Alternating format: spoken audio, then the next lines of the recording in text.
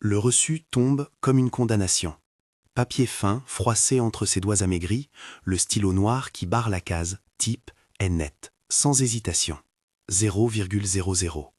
Sur la table, la lueur chaude du restaurant fait miroiter des verres et des couteaux.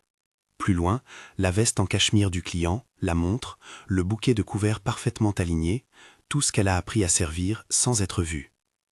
Lisa Jefferson fixe le chiffre comme on regarde une fissure qui s'agrandit. Son cœur n'a pas besoin qu'on lui explique. Ce n'est pas un oubli, c'est une déclaration. Quelque chose glisse, léger, du bord de l'assiette. Une feuille pliée, presque intime, comme une maigre promesse. Elle la détache du dessous de la porcelaine et la déplie avec le soin d'une personne qui ouvre une lettre d'adieu ou un billet de loterie. Une phrase, 2 mots. Gare centrale, minuit. Une heure qui sent la clandestinité plus qu'un rendez-vous. Son esprit s'emballe. Pourquoi elle? Qui laisse une telle convocation? Elle jette un regard à la table. L'homme qui vient de dîner est déjà parti, accompagné d'un homme plus petit, plus attentif aux épaules qu'au contenu de l'addition. Personne ne regarde la serveuse noire au tablier froissé qui range les assiettes, qui essuie une larme qu'elle ne laissera pas couler à l'œil nu. La caméra interne de Lisa enregistre 1000 détails qui n'intéressent personne. L'odeur âpre du café renversé derrière la station, la chaleur du métal de la caisse qui colle sous sa paume, le bruit des talons qui frappent le parquet comme des décisions. Depuis combien de temps elle apprend à endurer? Ses doigts portent encore les marques d'un soir qui n'a pas été très loin dans sa mémoire, mais qui y reste, net, comme une plaque signalétique. Marcus. Une poussée, une main qui a voulu posséder ce qui n'était pas à lui. La colère n'était pas la sienne ce soir-là. Elle a retenu ses cris pour protéger son emploi, pour protéger Ellie, le petit qui attend à la maison avec son inhalateur près de la table basse. Ellie, le nom qui résonne derrière chaque minute de fatigue. Ellie et ses rendez-vous et ses factures qui semblent se reproduire comme une plante envahissante. Le syndrome respiratoire n'est pas dramatique, mais il est coûteux. Les médicaments, les urgences, l'angoisse de la nuit où le souffle de l'enfant s'amenuise et où tout devient urgent. Elle a laissé la sécurité de l'hôpital l'an dernier pour un boulot plus prévisible. Désormais, la prévisibilité est un luxe. Si quelqu'un propose de l'argent pour payer ce qui s'accumule, elle ne peut pas refuser. Mais l'argent n'explique pas pourquoi le billet sous l'assiette la convoque à la gare, ni pourquoi l'homme à la veste a noté « type 0$ » comme on planque un drapeau. Elle pense qu'elle pourrait ignorer, jeter la note, la fourrer dans sa poche trouée et continuer de servir, sourire, effacer. Mais la vieille rage de la nuit où Marcus a levé la main, la honte forcée et la détermination qu'elle a cultivée depuis font un nœud dans sa gorge. Cette humiliation publique, 0 pourboire, est devenue une invitation, un défi peut-être. Elle range les restes du service, essuie une dernière fois la table et porte le reçu jusqu'à la poubelle. Puis, contre toute logique, elle l'attrape à nouveau. L'appel est plus fort que la peur. La gare à minuit n'a rien de romantique. Les néons hésitent. Les bouches d'aération soufflent un air qui sent le métal et l'attente. Les voyageurs fatigués bâillent sous des manteaux qui ont coûté des mois de salaire et des taxis attendent plus loin, leurs phares comme des yeux. Lisa s'appuie contre un pilier et attend. Les battements de son cœur font un rythme à part, un appel qui lui rappelle pourquoi elle est là. Ellie qui dort dans un lit qu'elle n'a pas pu renforcer, la lettre du médecin, la promesse qu'elle se fait chaque matin de continuer.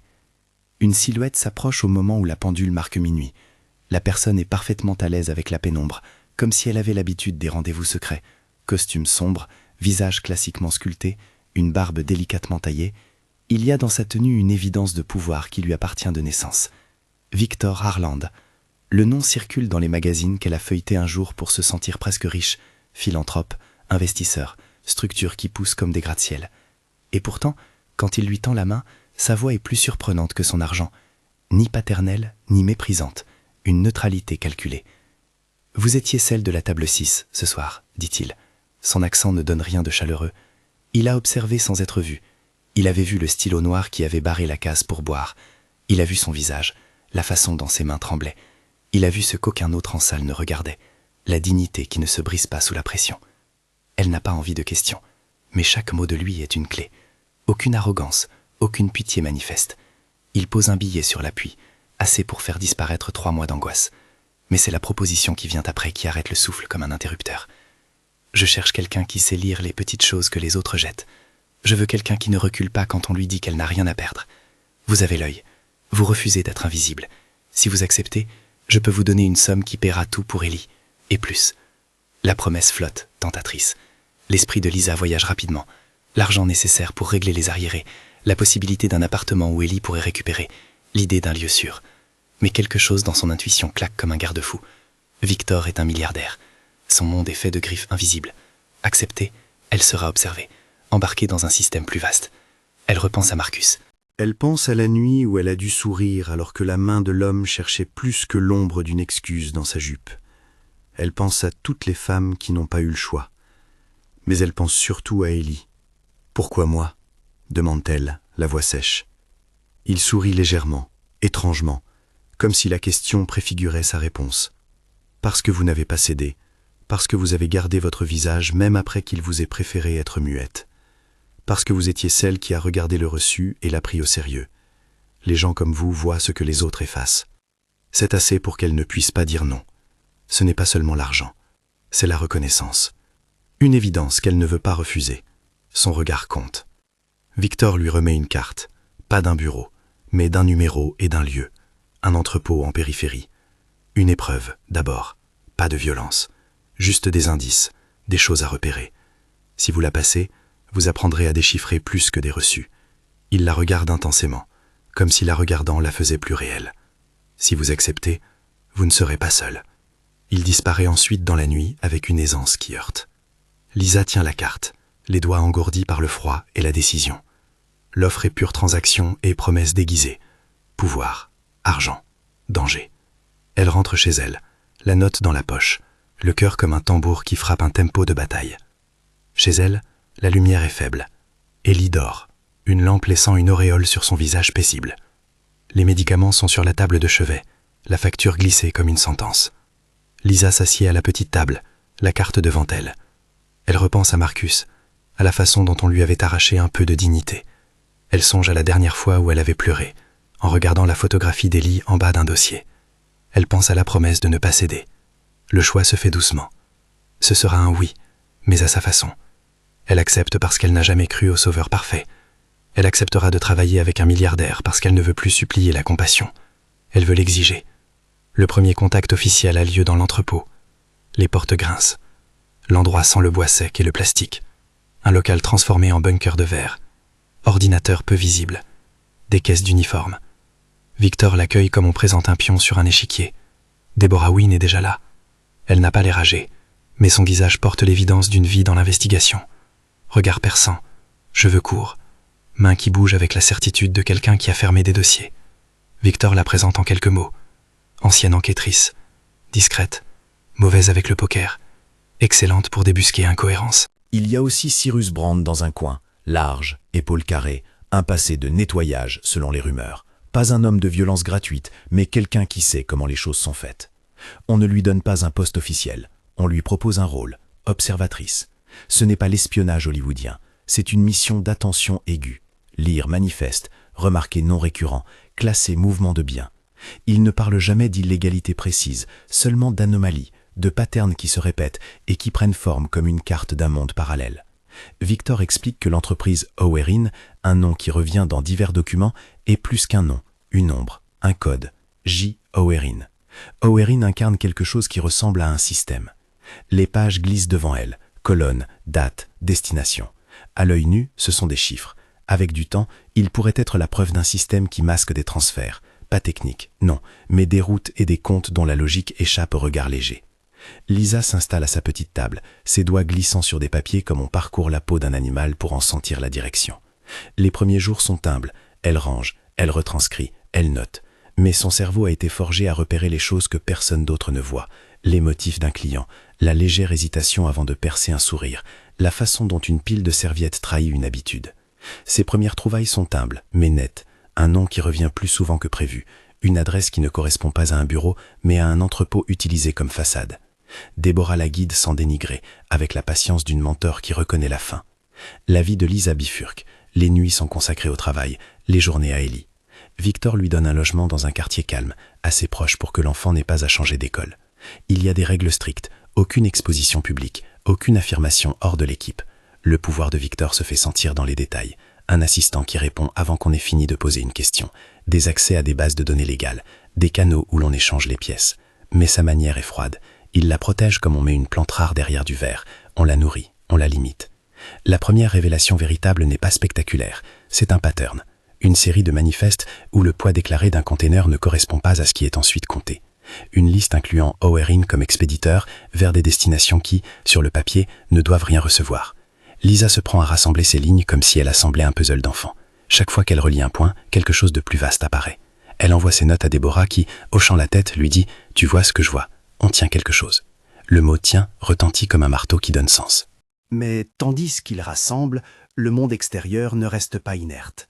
Clarissa Morgan commence à apparaître dans les marges des documents, son nom entouré dans un rapport, sa signature sur une délégation. Clarissa est l'image même d'une élégance glacée. On la voit aux soirées, on la lit dans les communiqués. Elle est le genre de personne qui manipule un micro comme on manie un couteau, sans trembler.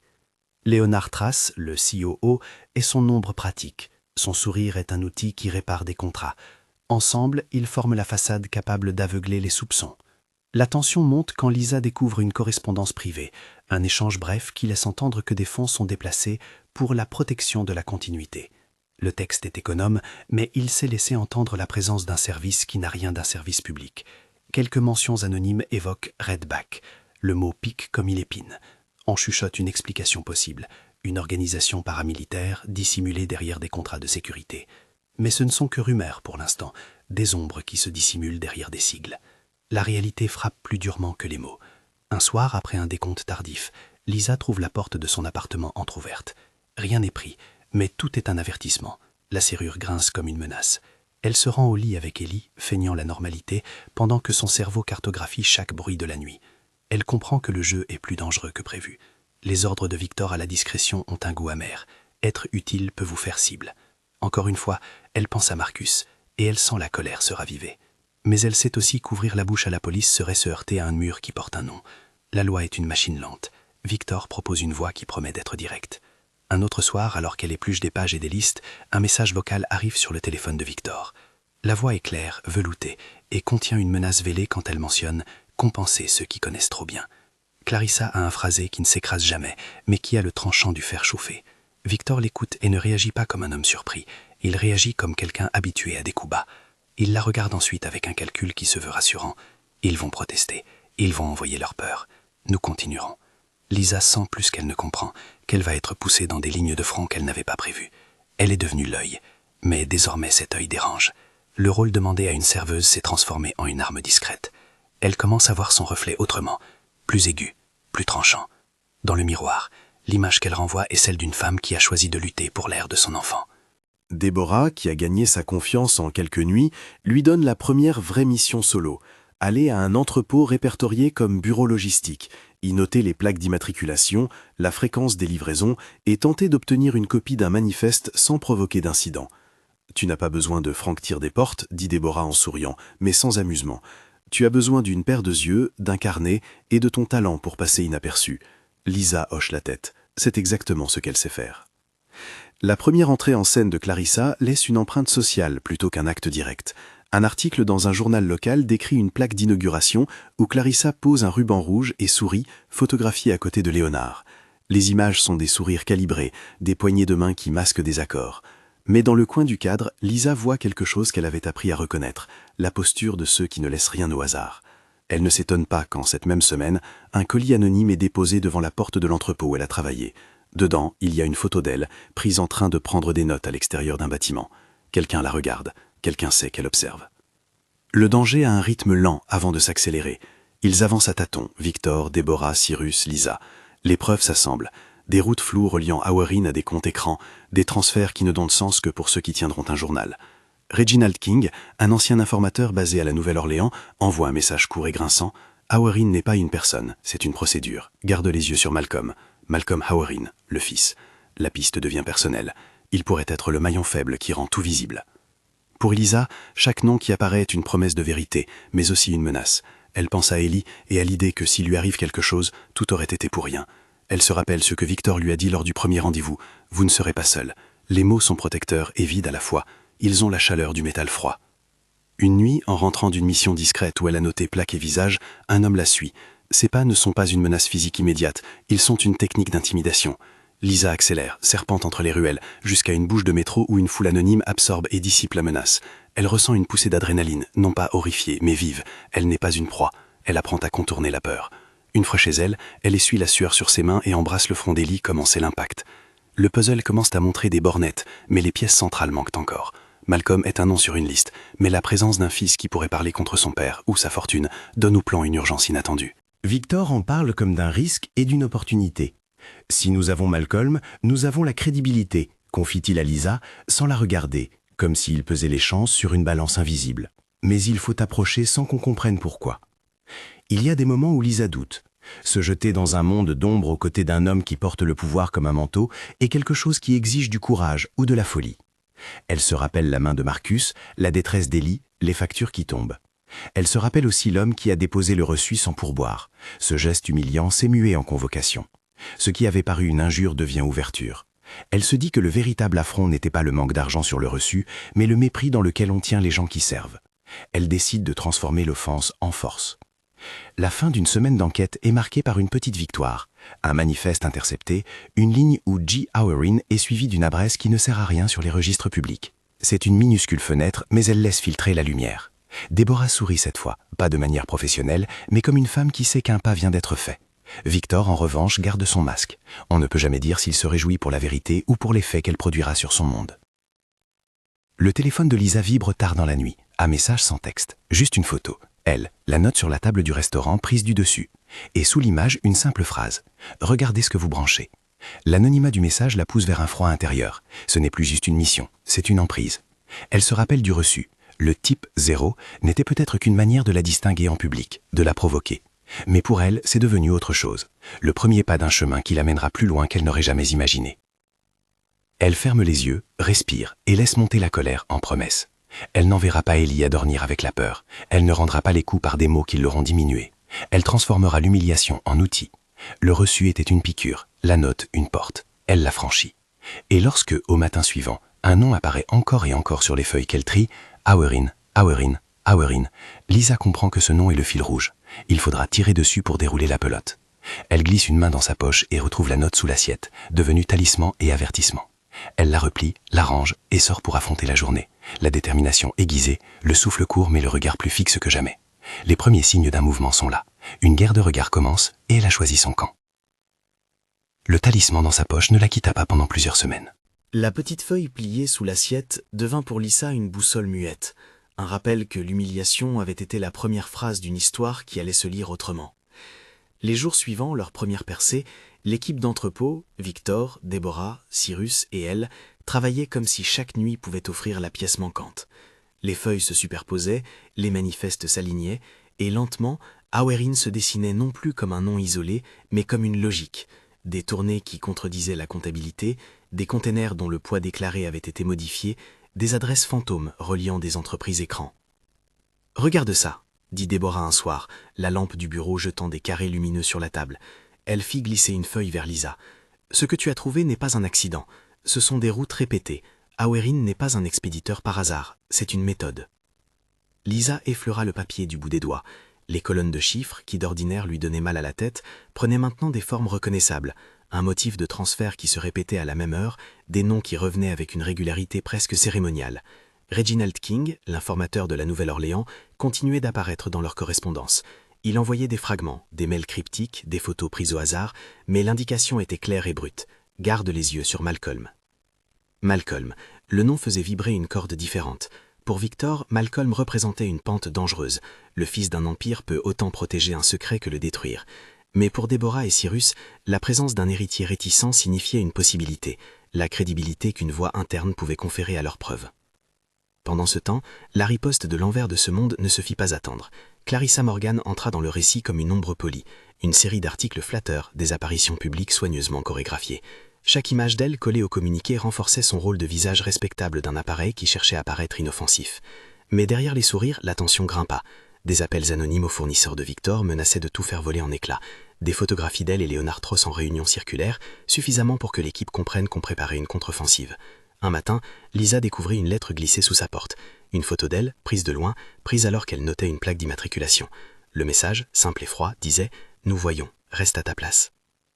Il n'y eut pas d'effusion de violence immédiate. La menace prit la forme la plus efficace, la réputation. Des rumeurs furent semées dans des milieux choisis. Des blogs relayaient des insinuations sur Victor, laissant entendre que ses actions relevaient d'une vengeance personnelle plutôt que d'une quête d'éthique. Quand la presse commença à questionner la morale des moyens employés, Victor répliqua avec la froideur d'un homme dont la sphère d'influence s'avait retombée comme un rideau. « Nous ne publions rien avant d'avoir des preuves solides », dit-il à Lisa lors d'une réunion tardive. Son regard ne la cherchait pas avec sollicitude, mais avec un calcul professionnel. Nous allons les mettre face à ce qu'ils ne peuvent plus nier. La première vraie fissure dans la façade adverse vint d'un endroit inattendu. Manny, un opérateur intermittent rattaché à l'équipe logistique de Redback, fit un faux pas. Il avait été engagé sur des contrats de sécurité, un nom retrouvé 1 ou 2 fois dans les manifestes, et, sous le poids de sa conscience, il finit par flancher. On ne sut jamais exactement ce qui l'avait amené à hésiter, peut-être la peur de la chute morale, peut-être l'épuisement. Ce qui compta, c'est qu'il contacta Reginald avec une cassette audio et une courte vidéo, une conversation entre un cadre de Howard et un employé de sécurité, où l'on parlait en termes feutrés de provisionner certains paiements pour la tranquillité. Manny, tremblant, remit aussi une photo où l'on voyait des uniformes avec l'insigne Redback, alignés comme s'ils attendaient des ordres. Il n'était pas une corde solide, mais sa confession amorçait une chaîne. Victor savait que la prudence restait nécessaire. « On ne va pas exposer Manny publiquement tout de suite, dit-il. Il faut le protéger, le préparer à témoigner et faire en sorte qu'on ait d'autres éléments. Une voix seule ne suffit pas. » Cyrus, qui avait connu les marges de ce métier, trouva une utilité dans la fragile honnêteté de Manny. Il vint le voir dans un lieu neutre, le visage grave mais sans jugement. « Si tu coopères, on fera en sorte que tu sois en sécurité, » lui dit Cyrus. « Mais il faut que tu nous donnes plus que des mots. Montre-nous qui d'autre a touché cet argent. Donne-nous une piste. » Manny, rongé, finit par cracher un nom, Léonard Trace. Il raconta à voix basse que Trace ordonnait des compensations qui n'apparaissaient nulle part sur les registres publics et qu'il avait vu des enveloppes, des signatures apposées à la hâte. C'était assez pour se lancer vers Malcolm. Ils avaient besoin de lui vivant, intact et surtout prêt à parler. Mais Malcolm n'était pas un personnage qui se laissait approcher facilement. Il vivait loin des feux, dans une résidence secondaire discrète à l'écart, entouré d'un cercle restreint de gardes et d'amis complices. Les tentatives d'approche directe auraient éveillé des soupçons. La stratégie devait rester subtile, gagner sa confiance par le biais d'un intermédiaire, créer une situation où l'expression de sa culpabilité aurait plus de force que la peur de perdre son nom. Le coup se travaillait, comme on monte un théâtre. Repérage, visage connu dans les photos, horaire déficit, habitude des gardes. Lisa fut choisie pour une mission d'infiltration douce, non pas par force, mais par naturel. On imaginait qu'en se faisant passer pour une employée de transition lors d'un petit événement de charité locale, elle pourrait croiser Malcolm sans attirer l'attention. Elle refusa d'abord sur un élan d'instinct. L'idée d'entrer dans la sphère de la famille Howard la rendait nerveuse. Mais Déborah la fixa droit dans les yeux. « Tu as survécu à bien pire. Tu connais les services et les gens qui se croient au-dessus des autres. Si quelqu'un peut parler à Malcolm sans le brusquer, c'est toi. » La mission se déroula lors d'une réception décorée de fleurs blanches et de verres tintant doucement. Lisa portait une robe simple, un masque de voix mesuré et un badge imaginé par l'équipe comme une façade crédible. Coordination logistique, charité. Malcolm était là, plus petit que prévu, le visage fin, des signes de fatigue sous les yeux. Il ne ressemblait pas au prédateur que l'on imagine derrière un nom d'empire. Il paraissait plus comme un homme usé par des obligations qu'il n'avait pas entièrement choisies. Le contact fut d'abord anodine, un échange sur une pièce d'art, puis sur un souvenir d'enfance qu'il avait d'une ville côtière. La conversation glissa vers des sujets plus personnels. Malcolm, sous réserve, accepta finalement d'écouter ce qu'on lui disait de manière non accusatoire. Elle parla d'enfance, d'engagements involontaires, de poids qui pèse sur ceux qui héritent. Elle ne prononça pas Howard la première fois. Elle parlait plutôt d'écho, des transferts, des noms qui revenaient, d'une logique que lui-même, parfois, devait sentir. Il la regarda comme si elle lui tendait un miroir qu'il n'osait pas regarder. Les jours qui suivirent furent remplis de conversations fragiles. Malcolm était réticent, déchiré entre la peur de perdre tout ce qu'il connaissait et la culpabilité d'avoir laissé prospérer un système dont il commençait à voir la violence. Il finit par avouer qu'il n'avait pas lu tous les rapports, qu'on l'avait tenu à distance sur certains dossiers, mais que parfois des questions remontaient à la surface, des emails effacés trop vite, des clauses mystérieuses, des allocations qui ne s'expliquaient pas. « Si je parle, c'est ma vie qui se termine », murmura-t-il à Lisa, dans un souffle qui trahissait la peur. « Mais si je me tais, je suis complice. » Sa décision prit du temps, mais elle prit forme le soir où il remit à Déborah une copie d'un journal, un carnet de poche dont les pages étaient griffonnées d'annotations, de noms, de sommes minimes transformées en énormes flux par des notes en marge. Ce carnet n'était pas un ledger officiel, mais il contenait la trace intime d'un esprit qui avait voulu comprendre. Les annotations, corroborées par des preuves matérielles comme des vidéos de transfert et des enregistrements vocaux, créèrent une toile que Clarissa et Léonard auraient du mal à nier. La riposte de Clarissa, une fois qu'elle sentit la menace, prit une forme plus violente. Elle fit fabriquer une série de fuites visant à discréditer Victor comme un homme cherchant vengeance personnelle. Des articles montèrent une histoire, un bienfaiteur devenu justicier, prêt à utiliser des méthodes discutables pour satisfaire un ressentiment. Les journalistes qui ne voulaient pas s'impliquer profitaient de l'histoire scandaleuse. Certains reportages contenaient des insinuations floues, mais suffisantes pour diviser l'opinion publique. Victor, impassible, sut que la presse pouvait être un champ de bataille dangereux. « Laisser les médias dicter notre tempo serait une erreur, dit-il à Lisa, mais nous pouvons utiliser la presse si nous la contrôlons. » C'est ainsi qu'ils élaborèrent un plan. Ils avaient besoin d'un espace où la vérité pouvait être présentée sans que l'ennemi ait les moyens d'atomiser la crédibilité des témoins. Une conférence publique, organisée avec des pièces matérielles, le carnet de Malcolm, la copie vidéo de Manny et des enregistrements de conversations internes, offrait l'opportunité d'un choc frontal. Mais pour que cela fonctionne, il devait d'abord mettre Malcolm à l'abri. La décision prit la forme d'un départ précipité. La nuit où l'opération d'extraction devait se faire, tout fut minuté. Un convoi silencieux, des véhicules neutres, des documents falsifiés pour expliquer le transfert. Lisa tenait la main de Malcolm comme on tient un animal apeuré. Sa voix était basse, rassurante. Il monta à bord du véhicule, pâle mais déterminé. Le plan prévoyait ensuite un trajet long. Un chemin qui les mènerait à la gare d'où ils prendraient un train en direction d'une ville sûre, un lieu où la conférence pourrait se tenir quelques jours plus tard. La poursuite commença à mi-chemin. Redback avait flairé la fuite. Des phares apparurent dans le rétroviseur comme des yeux. Les communications se brouillèrent par moments, sans explication technique en détail, seulement la sensation d'un monde qui tente de reprendre ce qui tente de le révéler. Lisa sentit l'adrénaline monter à chaque virage. On ne parla pas, on agissait. Cyrus prit le volant en l'instant, Déborah coordonnait les routes. Victor gardait le silence, chaque ride de son visage tracé d'une concentration glacée. Quand ils atteignirent la gare, la nuit était tombée comme un cache.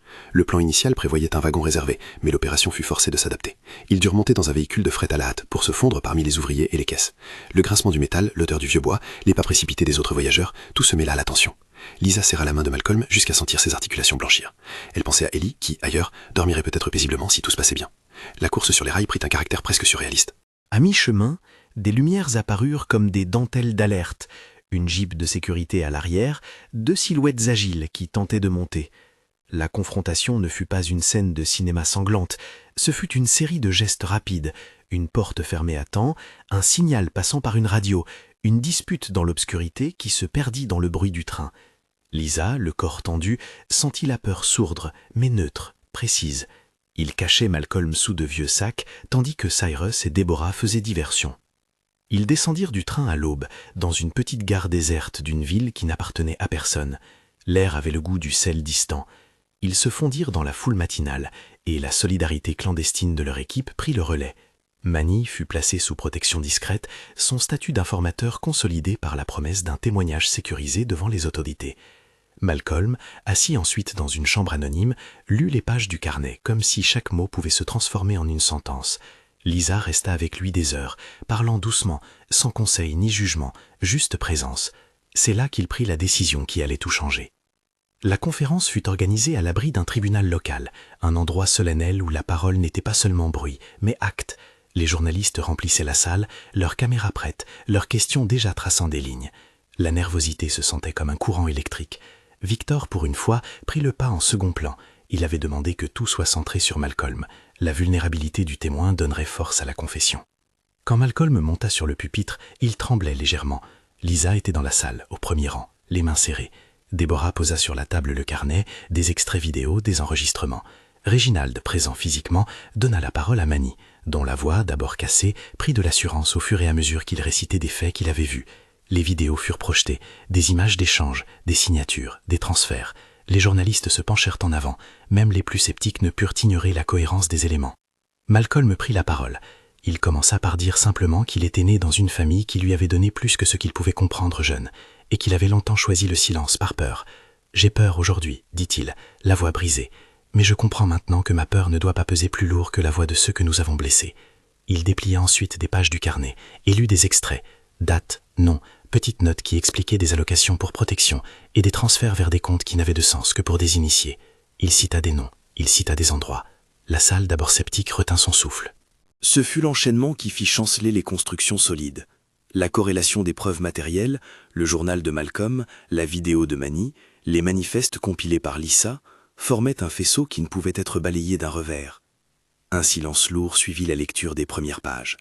Clarissa, présente dans la salle pour défendre l'entreprise, vit les regards glisser vers elle comme des aimants. Léonard, à ses côtés, pâlit imperceptiblement. La riposte médiatique ne tarda pas, mais elle perdit de sa force face à l'évidence. Les autorités, désormais contraintes de réagir, ouvrirent des enquêtes formelles. Des auditions furent programmées, des responsables furent mis en disponibilité. Clarissa tenta une ultime manœuvre, jouer la victime d'une cabale, mais ses arguments sonnèrent creux devant la somme de preuves et la sincérité tranchante de Malcolm. Sa posture publique se fissura. Léonard, dont la signature apparaissait sur des documents incriminants, trouvait les réseaux financiers étroitement établis autour de ses décisions. Les jours suivants furent un mélange d'éclat et d'anxiété. Des arrestations politiques se succédèrent, des mises en examen, des perquisitions discrètes. On retrouva des fichiers qu'on avait cru disparus, des comptes liés à des trusts à l'étranger furent mis à lumière. Les entreprises écrans furent exposées et la mécanique s'enrayait. Redback, l'entité paramilitaire que l'on croyait insaisissable, fut démantelée progressivement, ses contrats examinés au microscope. Tout cela restait fragile, et l'équipe ne s'attaquait pas à des fantômes, mais à des témoins vivants qui pouvaient encore reculer. Pour autant, la balance bascula. La chute de Clarissa sous l'œil public fut lente et inexorable. Les procureurs découvrirent des traces de décisions prises dans son bureau, des emails, des rendez-vous dont la chronologie ne s'expliquait pas. Son réseau d'alliés se retrancha, et certains commencèrent à parler pour sauver leur propre peau. Léonard, malgré ses manières posées, fut contraint de reconnaître certaines anomalies aux enquêteurs. Les gardes-charges qui jadis protégeaient l'édifice de Haurin se retrouvèrent péniblement liés à des contrats douteux. La société mère, placée sous surveillance, vit ses parts chuter. L'empire vacilla. Pour Lisa, la victoire eut un goût mêlé. Elle avait payé un prix personnel, la peur constante, les nuits brisées, l'angoisse de savoir Ellie vulnérable. Mais la paix retrouvée n'était pas vaine. Ellie fut soignée, les factures réglées, le logement sécurisé. Victor tint ses promesses de protection sans jamais devenir un sauveur d'héroïque profil.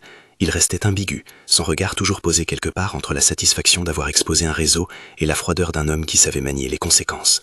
Lisa restait vigilante concernant lui. Elle ne confondait pas une aide ponctuelle avec une amitié inconditionnelle. La rédemption prit des formes discrètes. Manny entra dans un programme de protection des témoins. Réginald retrouva un instant la place d'un vieux renard dont les coups d'avance avaient fait la différence. Cyrus et Déborah continuèrent leur travail, mais avec la fatigue d'avoir porté des nuits entières la responsabilité des révélations. Malcolm, lui, prit une décision publique lourde, renoncer aux actions qu'il ancrait dans le pouvoir familial. Il déclara qu'il coopérerait dans les enquêtes et qu'il travaillerait pour réparer, par des initiatives de transparence, ce qu'il avait contribué à maintenir. Pour Lisa, ce geste fut une victoire morale. Un fils d'empire qui choisissait la vérité plutôt que l'héritage pouvait servir d'exemple. La cérémonie de la fermeture symbolique du dossier fut humble. Il n'était pas héroïque au sens spectaculaire du terme, pas de grandes proclamations ni de décorations d'État. Il y eut des procès, des audiences publiques, des comptes à rendre. Certains des principaux protagonistes entraient dans un processus judiciaire qui les mettrait face à leurs actes. Clarissa chercha à se défendre, mais l'évidence l'avait déjà rattrapée. Léonard fut poursuivi pour complicité financière. D'autres, plus bas dans la hiérarchie, plaidèrent coupables et coopérèrent. La machinerie du pouvoir avait été endommagée, peut-être pas détruite complètement, mais suffisamment pour offrir une possibilité de réparation. Les jours qui suivirent furent aussi le temps de la reconstruction personnelle. Lisa passa davantage de temps à la maison, apprenant à accepter que la peur n'était pas un état permanent. Elle prit l'habitude de laisser Ellie jouer dans le salon pendant qu'elle rangeait les factures résiduelles. L'enfant, ignorant de la portée du récit qui avait tenu sa mère loin des dîners et des nuits, courait en criant des histoires inventées, et Lisa riait souvent, parfois nerveusement, sans toujours pouvoir expliquer pourquoi elle sentait au fond d'elle une gratitude amère. Un après-midi, alors qu'elle triquait des papiers sur la petite table de la cuisine, elle trouva une enveloppe brune posée sur le paillasson. Aucun timbre, aucune adresse. À l'intérieur, une lettre écrite à la main, l'écriture ronde et familiale d'une femme plus âgée. Son cœur fit un bond.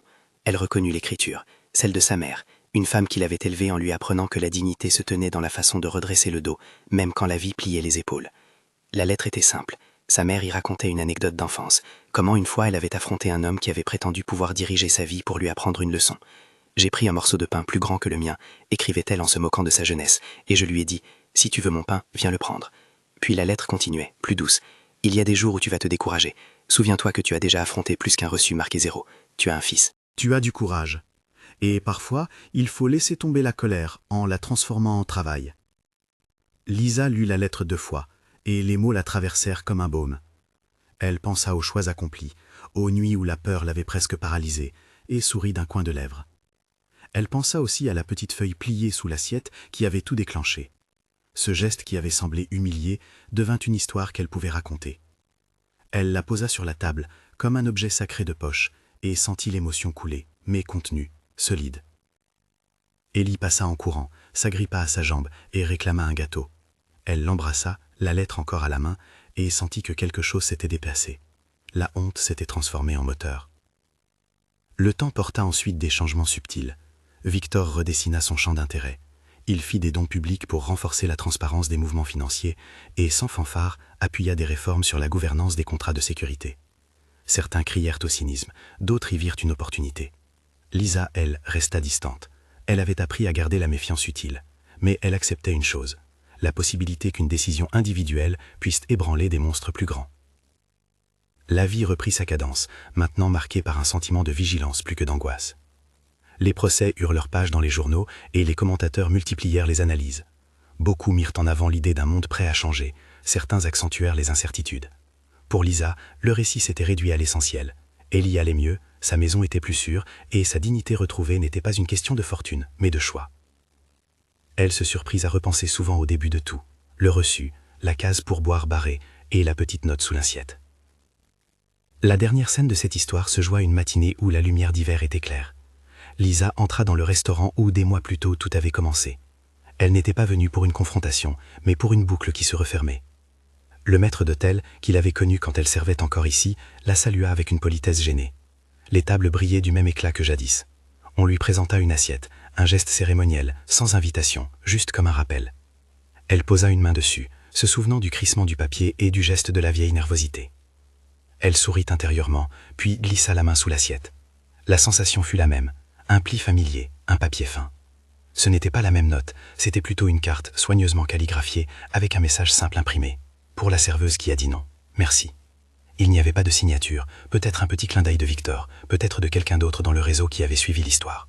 Peu importe. Pour Lisa, la carte confirmait une chose. L'offense qui l'avait marquée s'était transformée en appel qui l'avait menée ailleurs. Elle songea à tous ceux qui étaient restés invisibles et ressentit une gratitude contenue, mais nette. Elle rentra chez elle, entra dans la chambre où Élie jouait avec un camion en plastique, son rire clair remplissant la pièce. Il leva la tête et lui sourit, sans savoir toute l'histoire. Lisa s'assit à la table, fut prise d'une fatigue douce et d'un apaisement qu'elle n'avait pas connu depuis longtemps. Elle déplia la carte et murmura, seule, « Nous avons gagné ». Ce n'était pas une victoire éclatante, c'était une réparation, un redressement d'une balance malmenée. Avant que la caméra ne se retire, un dernier plan se fixa sur la petite feuille qu'elle avait conservée depuis le début, le reçu brun, marqué du type 0, et la note sous l'assiette, maintenant rangée dans un tiroir à côté de la lettre de sa mère. Ces objets ne parlaient pas de richesse ni de revanche. Ils parlaient d'un choix, celui de refuser de se laisser invisibiliser.